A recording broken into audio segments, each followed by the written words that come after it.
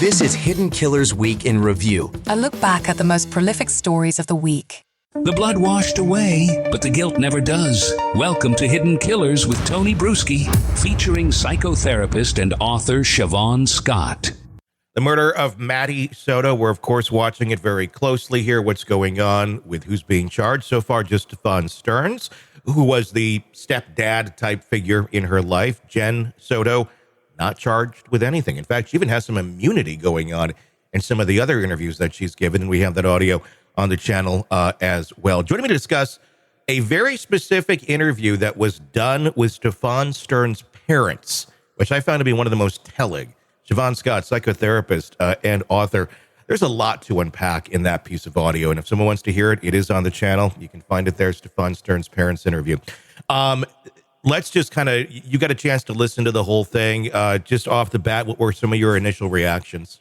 Yeah, I felt like I really learned a lot. It filled in the blanks. And again, just they started off with Jen being bipolar and having lots of medication and, using cannabis all the time, they said. And that would really, I think, help explain why she was not noticing how tuned out she was, that both she and Stephan would sleep all day long. She couldn't hold jobs. And, that again, we were wondering, how could she not notice? And I think if this is accurate, this is a lady that really was not noticing all kinds of things. And so that made sense to me. But, of course, they mostly talked about their son, and I felt they were very honest, brutally honest. But these are people that have obviously struggled with, how do we parent this guy, for years? They were still paying his rent, paying his phone bill. And at times he would periodically go home. And they were really describing someone that it seems to me has a pretty severe neurodevelopmental problem. He never developed into a functional adult.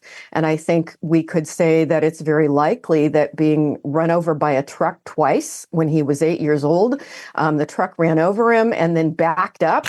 And the mother said it hit his head and ran over his head the second time. I think this left some damage, and that would account for all the different things they talked about. Whenever his lips are moving, he was lying, and it made me think of someone who, because he never developed functionally, he made his way through life with manipulation. And I think he chose a relationship with Jen for a variety of reasons, but probably near the top of the list was he was attracted to Maddie. And by picking a vulnerable woman, that gave him access to her daughter. Let's talk about some points that you just made there. The truck running him over when he was 7 years old twice. Now that we know the rest of the story, it's a shame it just didn't finish the job. Then Maddie wouldn't have been dead or been abused for all those years. But when someone has some sort of trauma like that happen to them, does it stunt their growth? Does it stunt them mentally and keep them essentially at a 7-year-old level? Explain that a little bit more to me, how that can have a big impact on neurodevelopment. It sure can. And it's, again, like all things with the brain, you can never really predict when someone has a traumatic brain injury, how is this going to impact them? But we do know that people in prison, if you do their life history, a huge percentage of them have had a traumatic brain injury, and it increases impulsiveness, it increases poor judgment, it can affect IQ, and I think in his case, it affected all of the above. Now, that doesn't mean he's psychotic. He still knew right from wrong. He knew how to attempt to cover his tracks, but even going back into childhood, he was always in special ed classes, and if he had not been run over by a truck, he might have had a better life. Yeah. Does it affect someone's sexual desires? If you're stunted at 7, are you still thinking like a 7-year-old in terms of that, where when you're, 7 and whatever, first grade, whatever that is, like, oh, she's pretty or he's cute, whatever, how little kids are, little crushes here and there. Are they still having those same desires for those same aged people?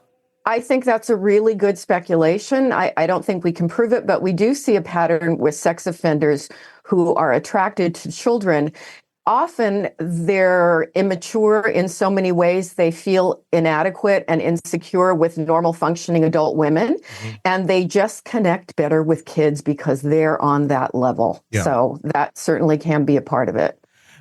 With Stephan kind of living the life that he did earlier on, and I'm trying to just dig in and try to understand this monster that we see.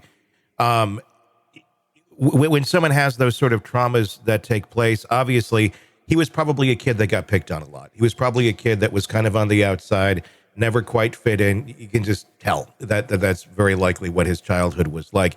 Is it also a thing where they are interested in children because they're not being judged, because it's easier to fit in with them when you're an adult than you were when you were a child, and there's less judgment going on, and there's less resistance there than they would have with their own peers. Yeah, and particularly when you have a child that's needy because they're not being terribly well parented, they're vulnerable. And guys like this, they have a radar for needy kids. And I just want to reiterate, I'm not saying that this excuses him. I'm not saying he shouldn't go to prison because of it, because in truth, he is a monster. Yeah. And he had awareness that this was wrong. He knew it was illegal, and he knew he would get in trouble if he was caught for it. But I also think, his parents described him as spending, from adolescence into his current life, spending hours and hours locked away in his dark room online. And I think we can make a pretty good guess about what he was doing online. And I think he became sexually compulsive, attracted to kids, and all these factors together just created an awful person who was really dangerous to someone like Maddie, and a mom who was just not observant.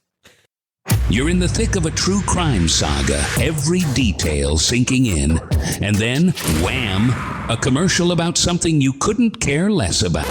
It's like being served a microwaved dinner at a 5-star restaurant. But it doesn't have to be this way.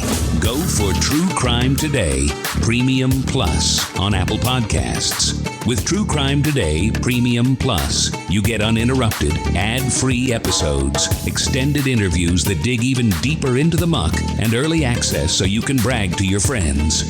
It's like ordering the secret menu at a crime buffet. So, search for True Crime Today Premium Plus on Apple Podcasts, subscribe, and savor every twisted detail without interruption.